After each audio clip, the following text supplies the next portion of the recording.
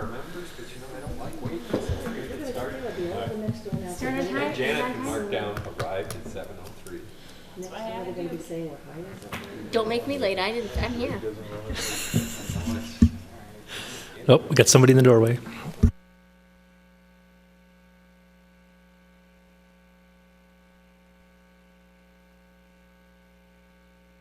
You're going to cut now. Which one? We'll use that. Call to order the Tuesday, January 14th, 2020. Welcome to 2020 meeting of the Edina Parks and Recreation Commission. Janet, can we have a roll call, please? Yep. Commissioner Lellis? Here. Commissioner McCormick? Here. Commissioner Willett? Here. Commissioner Darlene? Here. Commissioner Good? Here. Commissioner Itis? Here. Commissioner McCauley? Here. Commissioner Nelson? Here. Commissioner Miller? We're all here.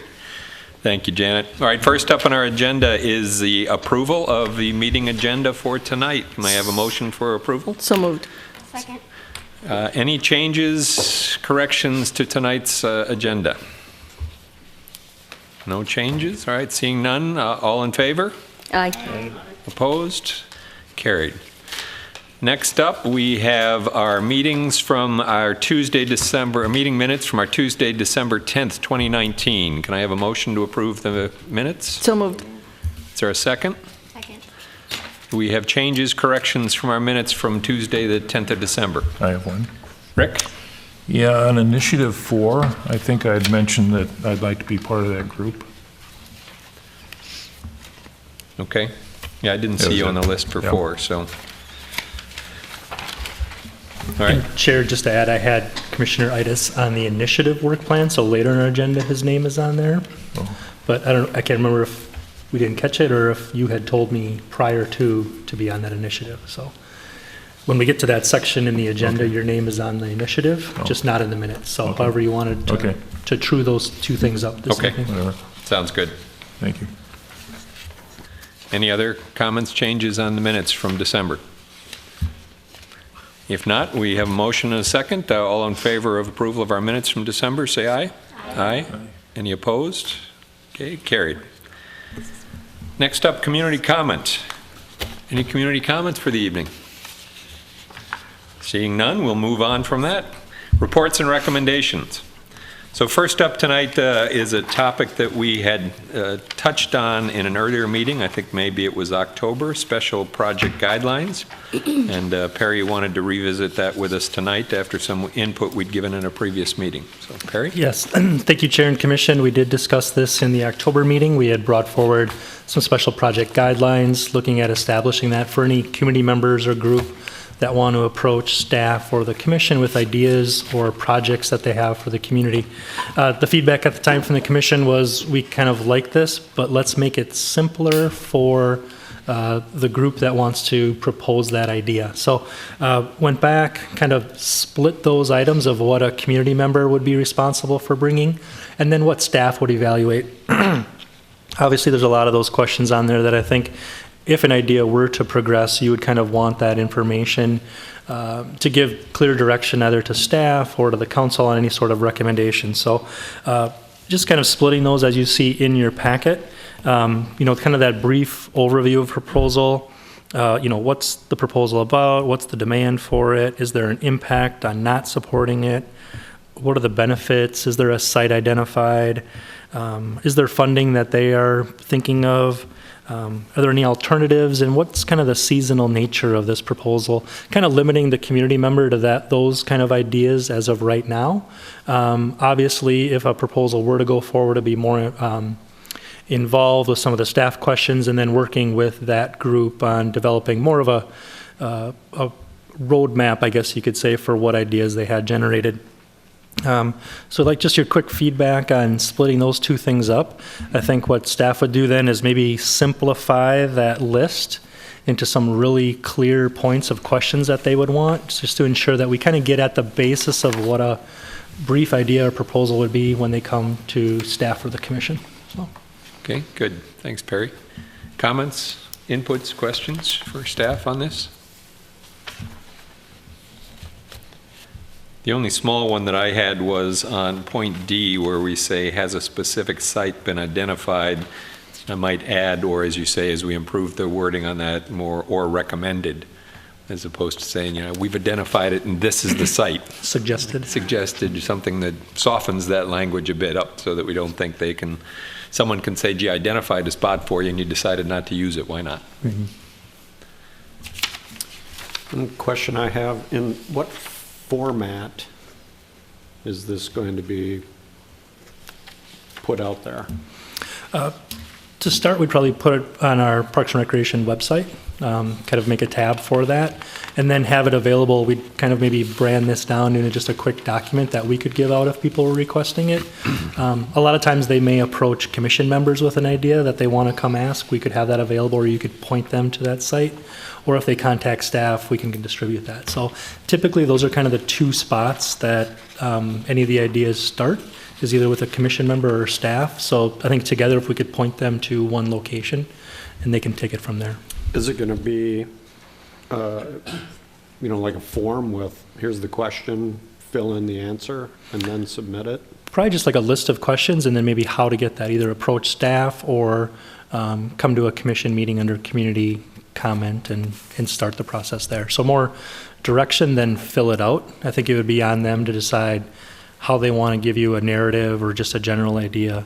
As you've kind of sensed, over the years, we've gotten kids that want to come in and ask for something. It's a little less formal and structured versus, I know about 6 years ago, the idea for the hornet's nest started somewhere. So I think there's going to be two different extremes of how people might approach a request. Mm-hmm. So I think if we just give them that general guideline to start and let it evolve from there.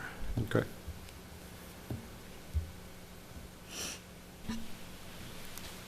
Any other questions or inputs? And then, Perry, would the expectation be that the balance of the questions that we have down here, maybe you also sharpen those up, but then that's what staff owns to do some follow-up on our own and then bring a more full idea to the commission or to the council? Yeah, and those will be the ideas that we would maybe even, as things would progress, we would maybe want to get some feedback from an applicant on. But I think in general, these are things that staff primarily would have to identify. Or it would be a lot easier for staff to identify rather than sending someone out to read our full strategic plan or read the comprehensive guide plan or the park ordinance maybe. We could help them kind of go through that a whole lot quicker. Good. Anything else that you need from us? No. Does that give you enough to?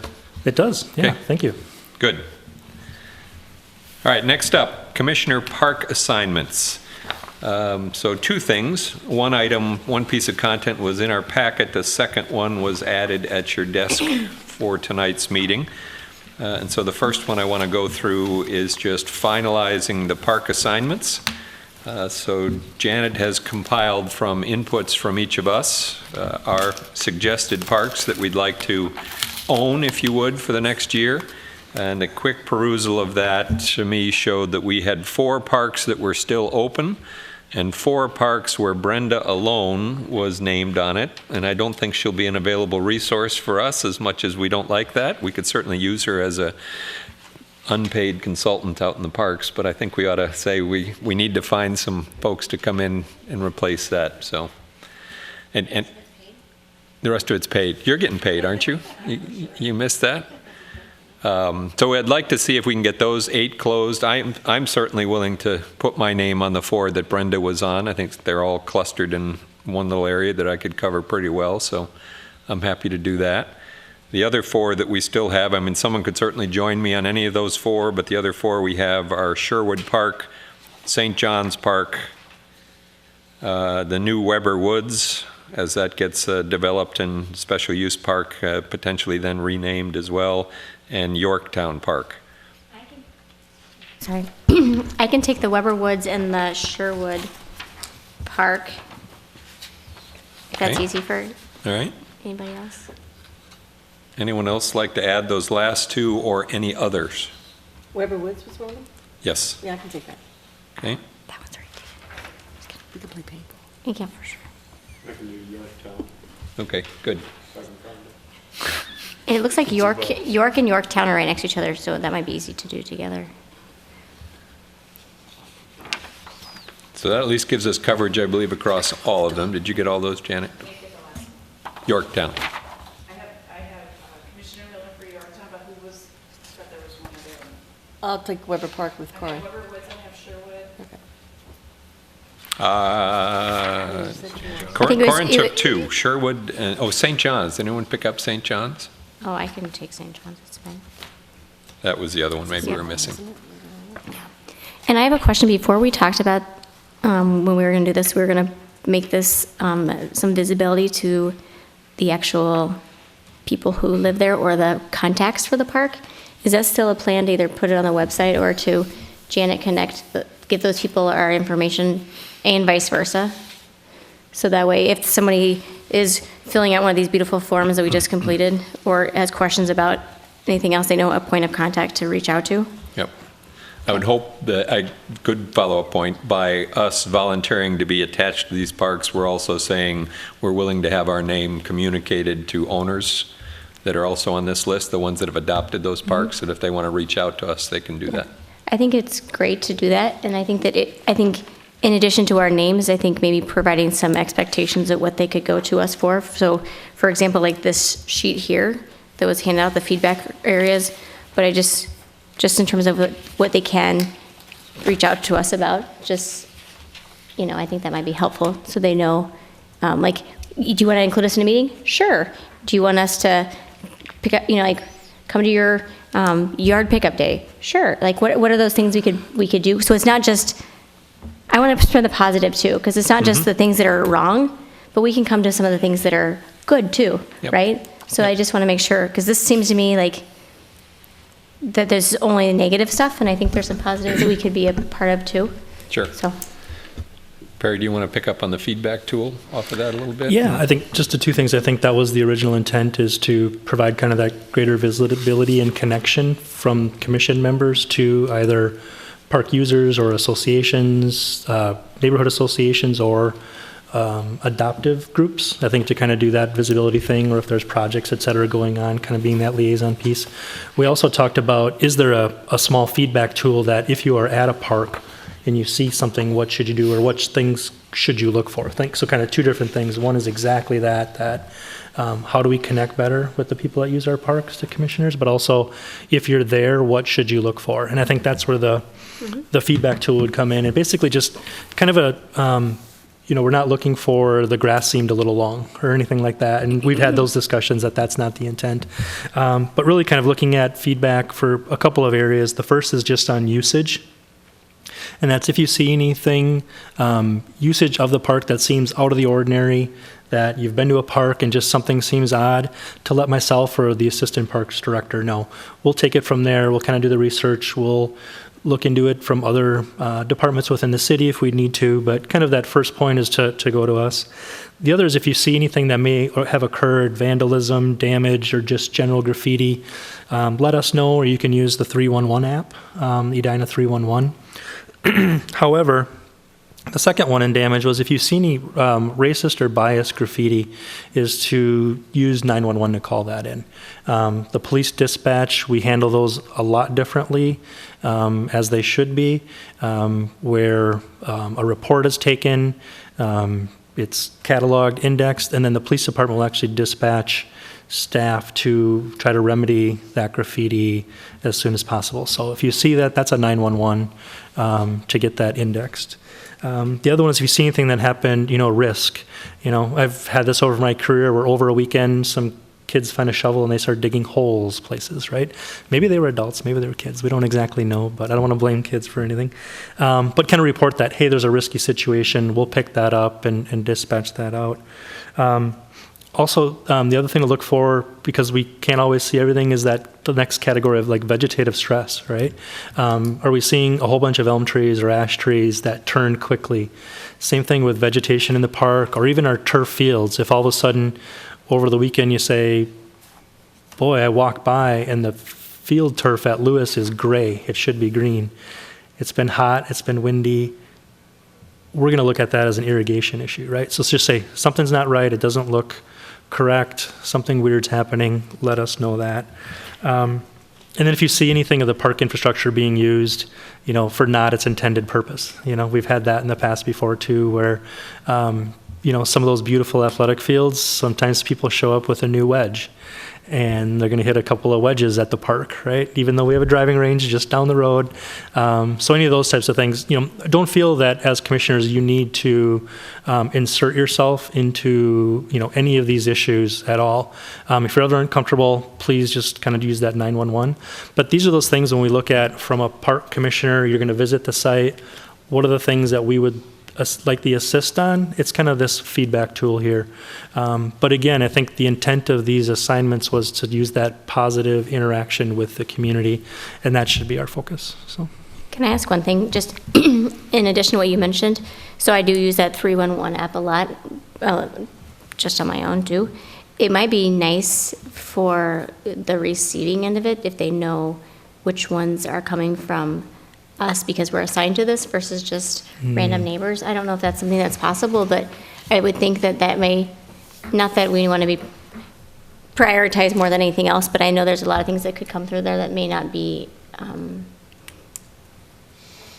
as prioritized. I don't know how to say that, but it just might be something that we could, yeah. I don't know how to mark that or if it's something they could do, but it might be something to look into. Yeah, it's a very good question. I don't know the answer to that, but we can check into that. I just have a question on the column that's labeled adopted by. What do we expect these people to do? And this list of names, like how long is their term that they're adopting it? Have we ever checked back with these people to see if they're still adopting these parks? How does that work? I believe we check in with them annually, and then we ask, is it a twice yearly cleanup? Janet probably knows. It's a 2-year commitment. When their 2 years is up, then I send them out a letter seeing if they want to re-up for another 2 years or if they don't want to, and then I'll put it back out on the website that it's open to be adopted by someone else. Okay, thank you. So we should be recruiting when it's open. And just one more clarification, Perry, maybe I misunderstood this, but if we see somebody using a wedge in a park, we wouldn't call 911, would we? 311. Yeah. No, just shoot me an email or something okay, like that, yeah, and then okay. we'll take care of it. Right, thank you. Yeah. Yeah, right. Well, Yeah. I have beautiful wedge shots, though. I think the intent is we don't want to have you put yourself in a position where you go in between that. So if you're ever uncomfortable to do that, unless it's at the driving range or on the Academy Night or Championship, then they can use a wedge. Any other inputs? None? All right, everyone's set? Got our park ownership. We'll have a finalized copy to everyone next month, but hopefully you all know what we're signing up for as accountability, or at least some viewership. Okay, next up, 2020 Commission work plans. This is just a discussion topic to go over, kind of finalize a couple things for our 2020 initiatives. One is just to check in again on teams that we've got assigned to each, and if anyone has had a change of heart or would like to make sure their name is still added on one where we have room, certainly plenty of time to do that and welcome those inputs. For some, I believe, Perry, we talked about wanting to get a completion date on. They may have something else behind it that's important to us, so I'll let you cover that in a moment.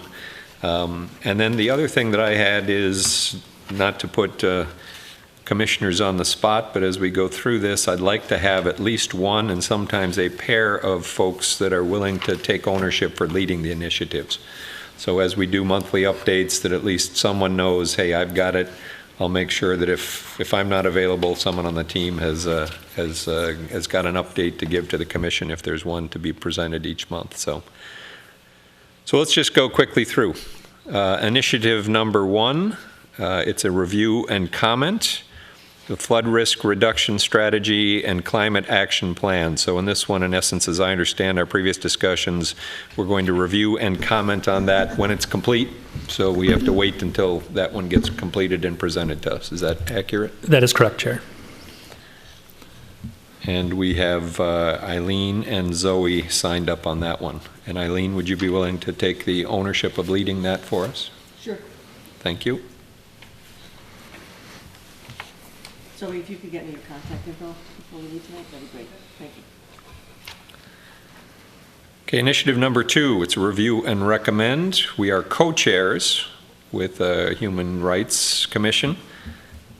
And this is, I believe this is the one that was a carryover from last year. So we are in charge of working with the HRRC to create a plan to reach out to communities of color. So Julie and Bryn are our 2 commissioners assigned to that one. And just to put a note, Janet, I'll reach out to Julie, but I'm going to ask her if she'd be willing to lead that for us. Anyone else from the commission have an interest in joining either Initiative 1 or Initiative 2? Okay, I can help with the flood risk. If you want to put my name down, Eileen. on Initiative 1? Sure. Okay.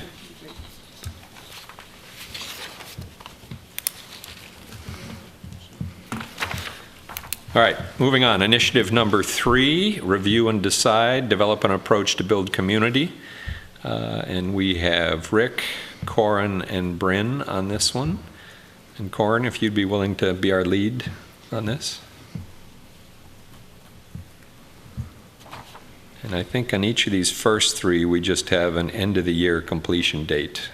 Is that accurate, Perry? You comfortable with that on all 3 of those initiatives, or was there? Yes, Chair, on the first 3 I am, and I think the third portion of Initiative 3 will come out of Initiative 2.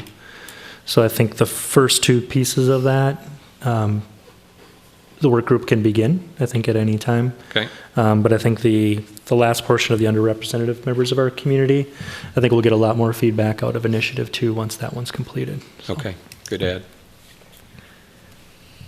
Initiative number 4 is a review and recommend. We're developing criteria around sustainability and equity for prioritizing capital improvements. So we are in a CIP year, is that correct? So this is a little bit of, we hope, prerequisite work on that. And I believe we are creating the criteria, and then we're engaging energy and environment and human rights and relations to give feedback and input on those criteria. That is correct, Chair, and I think this is the initiative that I think we should set a deadline on. I think it would be nice to finish it by the end of May, heading into a CIP year, so then we can at least get a draft in front of those other 2 commissions. They will be appointing people, so we'll have specific people to get feedback from that we can continue on that CIP process. Okay. And we had, on this one from last meeting, we had Rick, Corin, Julie, Zoe, and Bryn. And I don't know, Eileen, did you have yourself on this one? I had a note down that you may have added your name to this one as well. Yeah, there was another one that I had added my name to, so it must be that one. I think it was that one, which then raises a question to make sure, Perry, we're okay, I believe, with our bylaws as far as we've got 4 voting members on that. 6 commission members, but the 2 students aren't voting members. We've just got 4, so we stay under our quorum. I believe that is correct, Chair. Okay. Then we would need a lead for that one, Chair.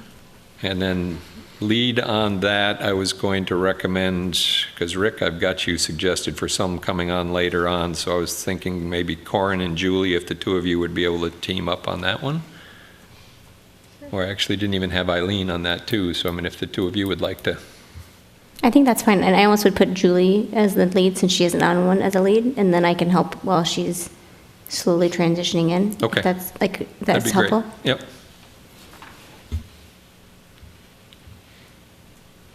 All right, initiative number 5 is a review and decide. And this gets us on to funding opportunities for Braemar Park Master Plan. And our commission members on this are myself, Rick, Mike, and Pat. And recommendation here would be if Mike and Rick, the 2 of you, might team up on this one to lead us on Braemar Park, both from your previous funding perspective and proximity from home front. And we've got that as a December 20th, so end of the year timing on that one. And Chair, I think We maybe have to on go that back one to we should initiative. revise the deadline on that. I did check into I know it wouldn't be maybe our sole source of pursuit, but there are some grant opportunities. So maybe if we could wrap that one up by the beginning of October, So or at least have let's- some good direction if Let's that call is that up. one a September September meeting. end. And I want to go back to Initiative 4. What was your thoughts on that one, Perry, as far as being prepared to engage in the CIP? What should we have for a completion date on Initiative 4? Yeah, I would say by the end of May. May, okay.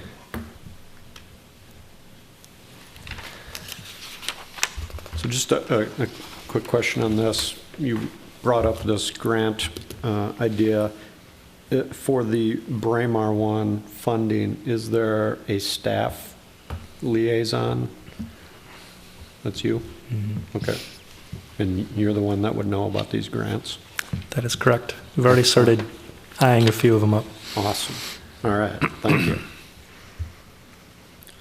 I guess I'd ask the same question for all of them. Are you the staff liaison that we should use for all of them until we have another Correct. person? I assumed, I just wanted to. Get it On the record? Yeah, recorded on record. It's Perry. Or the portion that when the new assistant starts, they will also be involved. Which It will be portion? But I delegated. heard Both. you were the point person until then. That's what I heard. I agree to that. Right, Janet? Right. All right, Initiative number 6, review and decide now pursuit of funding opportunities for Fred Richards. And I have Matt, Rick, and Pat, and want to know if Matt and Pat would combine to help lead that one? Sure. And what do you think about completion date on that one, September I would recommend as well? September as well. Okay, so let's amend that to a September completion date. With lots So, of money. just a quick question. What is review and decide? Are we going to be getting materials? Are we supposed to be preparing materials that are going to be then reviewed? And we're going to, I think we've had this a couple different ways. I'm just trying to understand what the definition is. Yeah, it's my understanding review and decide stays with the commission. So I think the work group and the staff liaison, myself, will come up with what we want to pursue and how to pursue. And then as a commission, you'll have to decide if you want to head that direction. Okay. So the others, review and recommend, would be a decision from the commission that gets forwarded to the council for a choice. So. And not to go too far in the weeds on one specific thing, but when you see a budget number attached to something like this, I have to assume that there's going to be some oversight from city council. So how are we going to manage that in 2020 specific to this, if this is going to be, because I mean that, it seems like it's a little bit counter, or if that's what you mean by review, there's a lot, this is one of the inputs, is going to be something from city council beforehand. Well, the funding opportunities would be decide which ones we're going to pursue. I mean, we can apply for a lot of things. It doesn't mean we'll get them. So I think our task on this one is to find all the available options we can find, pursue them, and see what the result is. And so this is money coming in, not money going out. And money we don't currently have. Money we don't currently have. We're not spending it yet, but we're trying to find sources to bring it in. Yeah, we're trying to find where those sources are and what we can bring to the table. Okay, clear. Initiative number 7, study and report, is looking at metrics. We've had the strategic goal of 15% of Edina land dedicated to parks and green space. We're at that measure and have been at that threshold for a while. So my expectation of this initiative is that we dig into that a bit and other metrics that would have value that help us really decide what good looks like and how we're doing on a relative basis. And so we've got Matt, Mike, and myself, and I'll put myself down to lead that one. And that's an end-of-the-year completion date. Those were our 7 initiatives. Anyone, additional comments, questions? Put your name on anything else. As a staff comment, I would only say the initiative 4, it would be great if we could start sooner than later. Okay. So prioritization on initiative 4 for that nice large team that's working on that. Good. Thank you. Next up, 2019 work plan and comments. So we'll take a step back to do a bit of a discussion on finalizing our work plan initiatives from last year. So we had talked at our last meeting about a template by which we can capture where we landed on each of these initiatives. One, it's a carryover, but all the others, we in essence said we think we completed work on those. And how do we have a way to capture that and communicate it to City Council so we can really kind of wrap those initiatives up and close them out? That's correct, Chair. I kind of placed in your initiatives. This is a template that a few other commissions had used, most recently the Community Health Commission. It doesn't appear that in the past there had been a little bit of consistency, so I think using kind of that same model going forward would be beneficial to us. The review and recommends will need to come back to the Parks Commission for that recommendation to go to council. So what staff would like to do is get your feedback on the work groups that you've had. I can drop that into this and then bring it back for whenever that next point we think we can get it done. If it is February, that'd be fantastic. Or I have seen a couple of commissions, they have taken them individually. So if there is one that we think we need more time to finalize that recommendation, we can send the ones that you think are ready. Going through these, I kind of took a stab at providing some input on the ones that I had some background on that I've heard from commissions or reporting in. So don't take this as it's decided upon. This was me kind of editing into this document for your use to get started on a few. Feel free to make any changes to what staff had suggested here. And then there are some that I know you've kind of provided updates as you've gone, but I didn't feel comfortable writing in a recommendation or a rationale at this point yet. So those I've left very blank, but on a few of them I felt like, okay, especially the Grand Rounds one, we had it at the meeting in October and we talked about it, so I felt comfortable, at least I could get a start on that one. There's others that I left blank, so. Good. And is the plan for this to be in a shared location so we can utilize it versus, not that I don't think retyping it would be fun, but I think it'd be nice if we could update it and that way have a live document between us. I don't know how, I know that's really hard. I don't know if we can use Lotus, is it Lotus Notes or whatever we used for the, huh? Lotus? I don't know, the thing that comes out through, what? Google Docs? Huh? Novus, see, Novus. It's something like that. Hey. It's everybody, so, That's like saying, I'm not that young, I remember Lotus Notes. You're too young, oh my goodness, Mike. So on a very entry level, I've emailed out this document that's in your packet tonight. So you all have a Microsoft Word version of it that you can edit. What I will check into is if we can use some sort of share platform, I think is what you're saying, so you can all make edits in one document.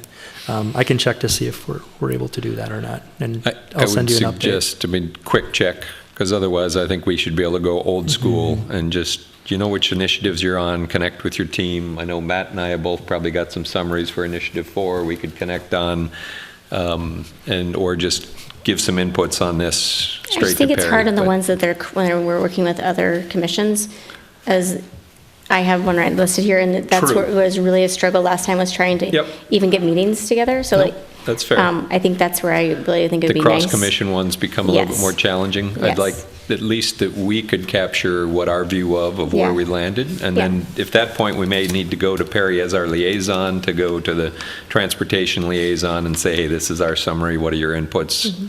Because true or false, creating a Google Doc and sharing it to someone that goes into the meeting laws, right?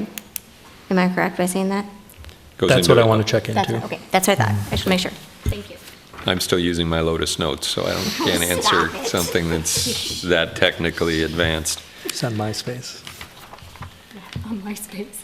Come on. Okay, any other questions on that one? I'd like to see if we could wrap that up in the next few weeks so we could get that finalized in February. So please try to prioritize that a bit in your workloads. Okay, next up, election of officers. It is not this month, but just as a heads up, it is next month. In February of each year is when we elect new officers. It's also considered kind of the commission's annual meeting. which I think usually means we go through our bylaws as well. I know we did that relatively recently, so we'd have to check, Perry, when we last went through the bylaws, but I think the bylaws kind of included that in the February meeting as well. But just a heads up to be thinking about February. We will have our election of officers, chair and vice chair. The process is during our meeting time, we'll open for nominations for chair. After that, we will either vote if there are multiple nominations or a motion to elect if it's limited. And then second, we'll open the nominations for vice chair. Do the same thing, vote if there are multiple nominations or a motion to elect if there is just one. So not something we need to do tonight, but just to be thinking if there are positions there you have an interest in or an interest in nominating someone in or for, be prepared for that in February. We generally do that before we bring new members on, because I think before we did it in March and it was like, well, when you bring new members on, it's difficult for them to, so we do it with our existing membership, which means Brenda's still included if you're here next month, and then we move on from there. Questions, comments on that? Are you running again? I haven't declared anything at this I'm point. just Am I asking if you're supposed running to? again. So should I prepare to nominate you? This is, I'm involved in a debate I have to get to in Iowa shortly, so I can't. All right. That's it for our set agenda. Any commissioner member comments for this evening?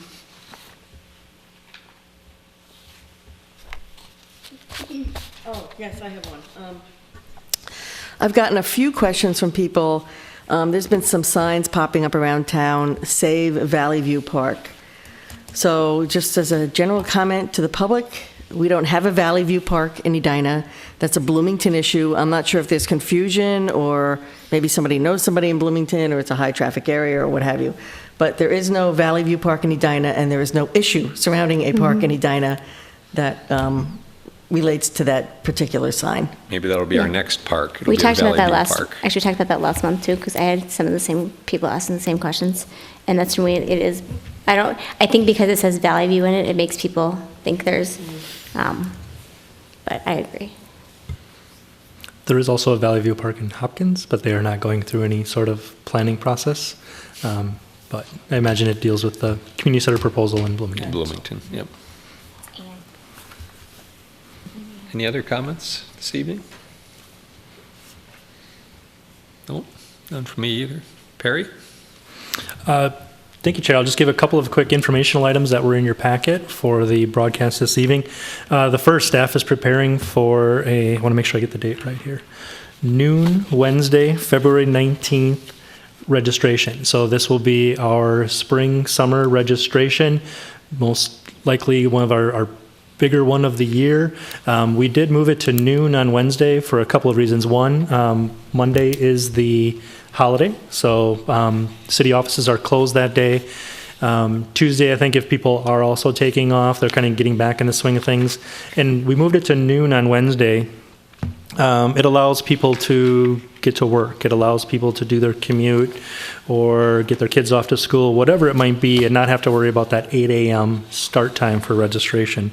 It's also consistent with our other facilities. In the past, we've done one facility that we did start at noon, so we thought let's make them all at that time when staff's available. And then it also allows a little bit of troubleshooting. Going through our registration, you do need a username and a password. You can sign up for those in advance. But also allows that day, if you do have trouble in the morning, you can contact staff to say, can you help me troubleshoot this? Or go through your reset process and not worry about that at 7:58 a.m. when you're trying to get into that class that you want to do. So look for that. The brochure should be coming out soon. Wednesday, February 19th at noon will be registration. The next is kind of a disappointing one. We did try to go through a number of different options. However, the Yorktown Community Gardens will be closed this summer. There is a sanitary sewer project that's happening adjacent to that through the Yorktown Park area, which actually goes underneath those gardens. So engineering staff had hoped to be doing work over the winter. However, some of the permitting process out of their control has taken a lot longer That has not started yet. So we had hoped to say, could we at least get that section done on the gardens and have them open? Unfortunately, we are not. The garden users that had reserved plots in the past had been notified. We actually had kind of give them an advance notice that this project would be happening, that we're going to try to work through this. Disappointed, but they completely understand. So look for the gardens to return in 21 then. Golf Dome has been very popular. This winter break was extremely busy. Again, I think it's not only, I think, golf in Edina has returned with the opening of the academy and the championship course. There was some energy, I think, that came out of this summer and fall, but also the addition of the top tracer range technology at that site. So we've been hearing some good things about that. Again, we are open 7 days a week. Monday through Thursday is bucket golf, so you pay by the bucket. Friday, Saturday, and Sunday is timed golf. So, and we're open 7 a.m. to 9 p.m. there. Perry, quick question. When Joe came in and presented the Top Tracer Golf, one of the questions I know that I asked was, do they have the ability to do kind of that simulator type golf where you play like a course and stuff like that? And at the time, they said that they weren't going to do that because they were fearful that people would just kind of squat in a stall and keep playing. And now looking at the series and seeing it sounds like they are doing that. What was the change? Just more curious, what was the change in that decision to do that? And have they seen where people are sitting around and you got to force them playing 18, or are they going to do leagues around it or something like that? Yeah, I think maybe just to add it, maybe the recollection is a little different. What I recalled was that Joe said it was going to be there, but they weren't going to promote it. Correct. Because they didn't want people doing that, right? But the ability to do it was there, but they were going to kind of keep it a bit on the down low. Yeah. That is correct, and that they are promoting it. I saw it on the videos. Okay. Yeah. All right. So I think two things. One is we found a tremendous success with it. I think people are very interested. And we've actually, and I don't know if it's live yet or not, but have discussed starting leagues. So you could have a league within that process of playing a course through that feature to try to get more consistency at the Dome. The other is, leading up to it, we had staff kind of test and play and found that, I think our initial concern was we didn't know how long it would take you to play that. And I think going through, it kind of fits within that model of it's an acceptable time to stay at a bay and not dominate it for 4 hours, I guess you could say, like if you were playing on a round on a course. So I think kind of those two things is we see the attractiveness to it and want to use it for some league play, as well as we found out that the window of time it takes to play is satisfactory. Next one up is the Braemar Arena. We just have come off a very successful and very busy tournament season, or I guess tournament window. There's always tournaments at the Golf Dome.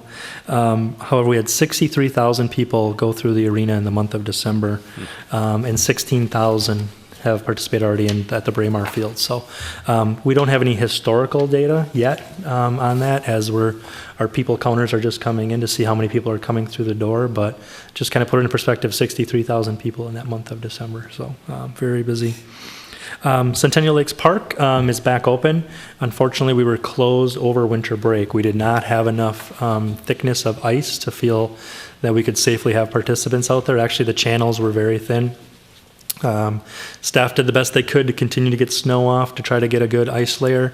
However, we just couldn't do it over winter break. So as of the 8th, they are back open. We just had the winter festival Sunday night, very successful, very busy on Sunday. So it was a very good night overall. So kind of too bad we missed out over that winter break. But it's tough when it's those temperatures when you want to skate, but not on a lake. So a little bit of a challenge. Edinburgh Park, we had promoted it or kind of brought it up last time. We did have a very a nice event for the pre-New Year's Eve down at Edinburgh Park. If you remember, that was the night of the snowstorm. So a lot of our pre-registration did attend. However, our day of was a little bit limited. So it's just if you were there, you had a lot more access to all the activities.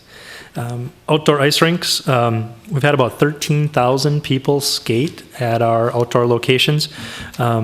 By far, Pamela, Arden, and Countryside are the most popular to date. We did do, on Friday night, we had a family fun night at Pamela Park. If you kind of took out that attendance, for all the the discussions you've had over Arden Park, that's been our highest skated park throughout the winter when you take away those special events. So by far, it's a very busy skating rink at Arden this year. So speaking of Arden, just a couple of quick updates. As you know, kind of the general construction of that site has slowed for the winter. Most of the stormwater items that were placed will need to be fine-tuned in the spring. Thinking like the drain tiles, et cetera, how are they going to come out of the winter? A lot of the boardwalks and trails still have a lot of open items on there. We call them bird baths in the industry, so I don't know if you hear from people that on certain areas of the trails there is sections where it's puddling. Those are all on our radar. They're on our punch list to try to remedy those. The park shelter itself, while it's open and functioning, we still have a lot of items on there. A lot of them are just internal small craftsmanship items. We did have difficulty with our ADA doors. We had a period of time where those were not functioning correctly. That has been remedied, so you can walk up and hit the actuator and it will open. However, what we weren't aware of is that even without the actuator, the doors are accessible. They're of the weight and pull that it does not require one. So I guess we're double compliant as well. So we are above kind of that threshold. But there are still small items that need to be fixed within there, touch-up paint, a little bit of masonry work that right now I think temps just aren't conducive to it, and running that many people through a warming house. We'll see what kind of shape it comes out here in the next year.